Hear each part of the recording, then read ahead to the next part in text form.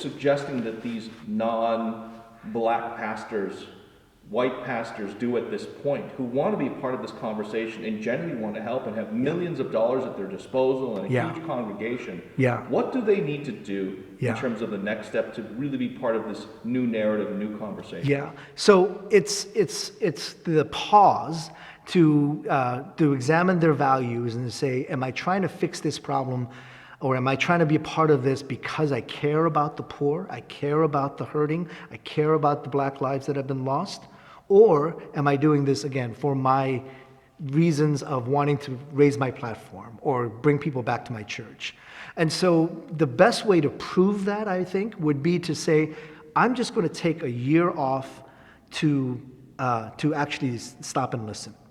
And I will reflect that in my sermons, but maybe even, hey, summer's coming up, and say, I'm going to actually turn my pulpit over to somebody else, people of color, to come in and talk about this issue. Or I'm actually, during my summer off, I'm going to visit and be pastored by a black church pastor for a month. Is it too much to ask for these pastors to do it during prime time in the fall and winter? Why does it always have to be during the summers off? The timing is now, right? So if you really wanted to do it and start right now, the timing is perfect. Some people take summers off anyway. Some will do I know megachurch pastors, the summers are the best time for them because of vacation time, all that, to prepare their sermon series for the upcoming year. Right? That's actually not a bad practice to say, I'm going to plan out the whole summer year preaching this summer. So if you're doing that, then take this summer intentionally to be in a posture of learning. Read the books that you have put aside for years. Read the books that you ignored for the last 10 years to go to the quick church fix, church growth manuals that you got so obsessed about. And as I said, if you're not going to be at church, visit and attend and be pastored by a person of color, even if it's just for a month or two. Those would be some real concrete steps that a person could take to demonstrate it's not just a word like a tweet or even like a 5-minute video. I'm really putting my money where my mouth is to say I really care about this issue. If you really care about it, you will take the time that you need to learn about the issue. So, when we talk about preparing people for pastoral ministry, we talk about 2, 3, even 4 or 5 years of training to be prepared for pastors. Why would you do any less to engage a topic that is as complex as racial justice? So you're saying even a seasoned pastor may need to be retrained, re-educated in this area? Re-education is a difficult word, but I would say a seasoned pastor might need more of that because the seasoned pastors have kind of embedded their narratives into who they are.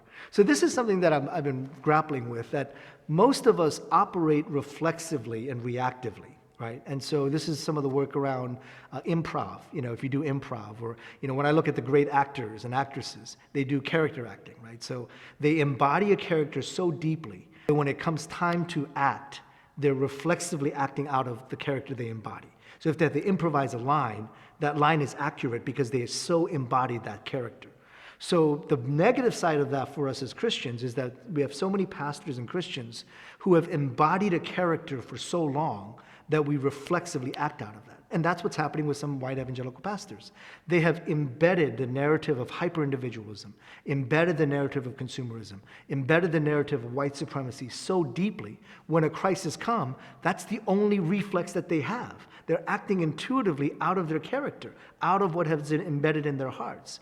So what we need is to embed new narratives in people's hearts. To say, it's always humorous when people talk about racial injustice and they quote a white pastor to say, Matt Chandler tells me that I got to engage racial justice, so I'm going to preach on this today. Or John Calvin has this to say about racial justice. That tells you what you're acting out of, the reflexes of white supremacy. Those are the words. But if you were to take a time to build into other narratives, to learn the history of the black church, to learn the history of the civil rights movement, to learn about what's happening with Black Lives Matter, even go into periods of lament where you mourn over the death of black lives and black bodies, that could change the character that is embedded in you. That's totally counter, though, to what the church in America traditionally has been about, which is about immediate results, quick results. Metrics.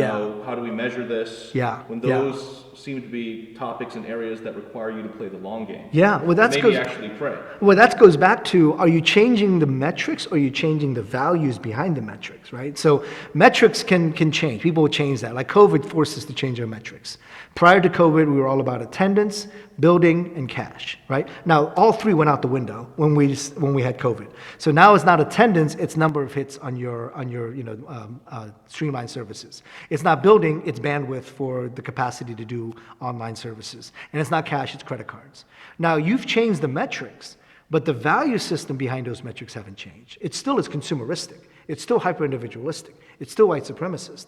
So when you're talking about, let's fix this problem, and you can say, okay, from now on, we're going to have more sermons and talks about race, and we're going to change the metrics on how we view success in the church. That's good, but you've better be sure that the value system behind those metrics are also changing. Otherwise, it will revert right back into the dysfunctional systems.